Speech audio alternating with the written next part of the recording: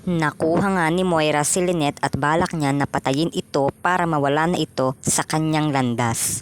Sa araw na ito, pag-uusapan natin ang pagtatapos ng pinakasinubaybayang daytime drama na Abot Kamay na Pangarap, na mas lalong tumitindi ang eksena sa huling araw na ito.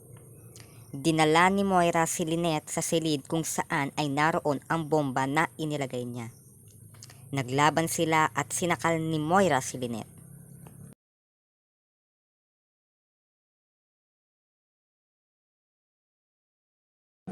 Ngunit hindi nagpatalo si Lynette.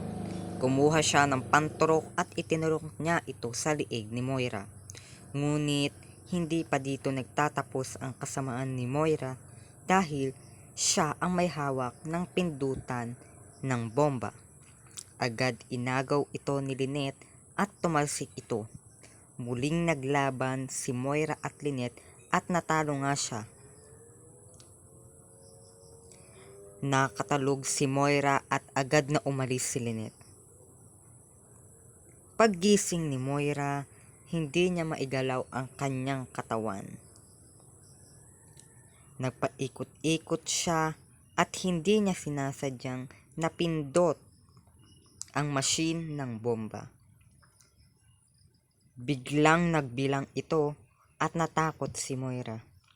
Ayaw pa niyang mamatay dahil gusto pa daw niyang makasama ang anak niya, ngunit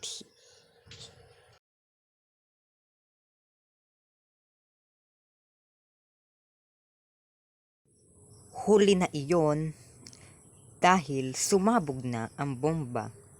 Hinanap naman ni RJ si Lynette at natagpuan niya nga ito. Samantala, iyak naman ng iyak si Annalyn dahil nag-aalala siya sa kanyang nanay.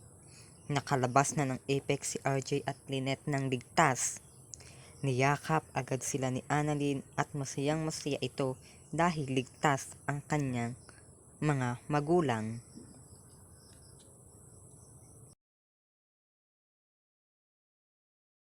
Kinabukasan, nagpaalam na si Zoe kina Annalyn dahil huhulihin at pupusasan na siya ng mga pulis. Humingi ng tawad si Zoe sa lahat ng kanyang mga nagawang kasalanan at pagkakamali. Niyakap nila si Zoe at nagpaalam na nga sila dito. Dinadalaw naman ni Harry ang kanyang kapatid na si Zoe at ang kanyang ama. Masayang masaya naman si Annalyn dahil buo ng muli ang kanyang pamilya. Nagpaalam siya kay Doc Kim dahil aalis na ito at mayroon itong flight. Ang pagiging doktor ni Annalyn ay nagbigay ng inspiration sa lahat. At dito na nagtatapos ang istorya na ito.